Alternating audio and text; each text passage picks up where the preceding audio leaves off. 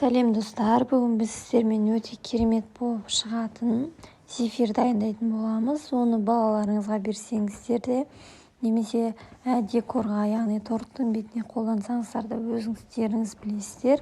Өте қарапайым рецептпен жасалады.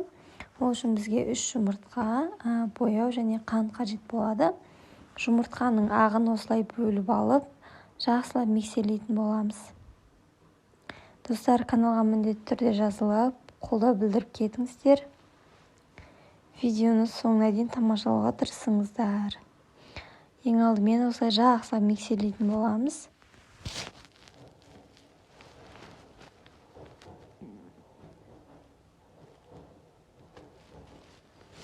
Кішкене осылай көтерілген кезде бетінен қантымызды сеуіп, тағы да миксерлеуді жалғастырамыз, яғни тоқтатпаймыз.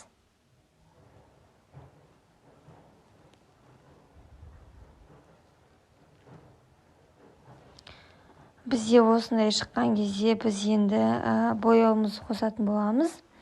Арнайы кондитерлік заттар сататын жерден алсаңыздар болады. Және де кез келген түсін қолдансаңыздар болады. Мен осындай бояу қолдандым.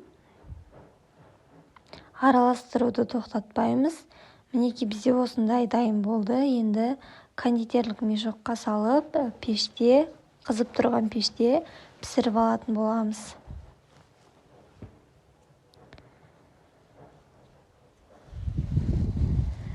Осылай мешокқа салып алып, қалған формаңызды жасайтын боласыз.